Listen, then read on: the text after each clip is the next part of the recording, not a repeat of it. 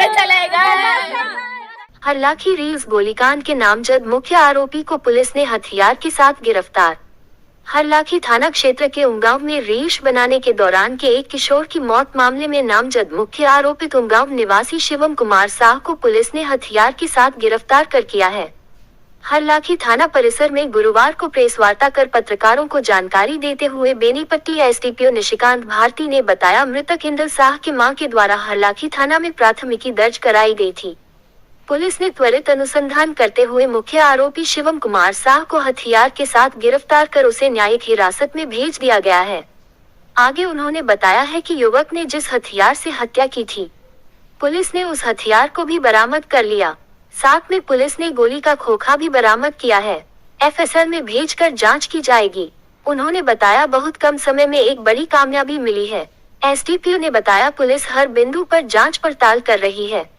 आरोपी युवक हथियार कहां से लाया और किससे खरीदा, मामले की पुलिस गहन जांच कर रही है। अन्य फरार अभियुक्त की गिरफ्तारी के लिए पुलिस अलग अलग जगहों पर छापेमारी कर रही है। थी कि दिनांक 23/9/2024 को एक व्यक्ति के द्वारा गोली मार के एक लड़का था शिवम कुमार, उसका हत्या कर दिया गया है। इंदल शाह का हत्या कर दिया गया है। इसी के अगेंस्ट में इंदल शाह की मां के द्वारा कंप्लेंट दर्ज कराया गया था और हरलाखी थाना के द्वारा एफआईआर भी दर्ज कराया गया और त्वरित अनुसंधान करते हुए जो उसके मुख्य आरोपी हैं शिवम कुमार शाह, उसको गिरफ्तार किया गया है। और कन्फेशन के आधार पे जिस हथियार से हत्या की गई है उस हथियार को भी हम लोग बरामद कर लिए हैं और साथ में हम लोगों के पास पिलेट्स और गोली का खोखा है, जिसका कि हम लोग साइंटिफिक एफएसएल में भेज के जांच करवा देंगे। और ये पुलिस के द्वारा एक बहुत बड़ी कामयाबी है, क्योंकि हम लोगों ने बहुत ही कम समय में मर्डर जैसे केस का उद्भेदन करते हुए उसके प्राइमरी एक्यूज को गिरफ्तार कर लिए। चर्चा थी ये घटना रील्स बनाने के कारण हुई है, इसकी वास्तविकता क्या है, क्यों कैसे गोली चली?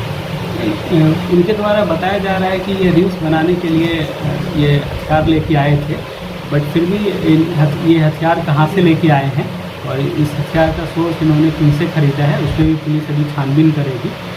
बट ये हत्या है क्योंकि जो रील्स बनाने से पहले रील्स ये लोग जनरली विदाउट वेपन बनाते थे, लेकिन ये उस दिन वेपन्स लेके वहाँ पे मौजूद थे। ये हथियार उसका नहीं, ये हथियार उसी के द्वारा यूज किया गया है और उसी के पास से बरामद किया गया है। हत्या के दौरान जो नेम्ड है उसके अलावे कुछ और लोग थे या बस उतना ही 3 लोग ही थे? नहीं, वो अंडर इन्वेस्टिगेशन है। अभी हम लोग और उसके पॉइंट्स पे इन्वेस्टिगेशन करेंगे। इसके छोटे भाई का भी प्राथमिकी में नाम है, तो क्या उसमें शामिल है घटना में? That is under investigation.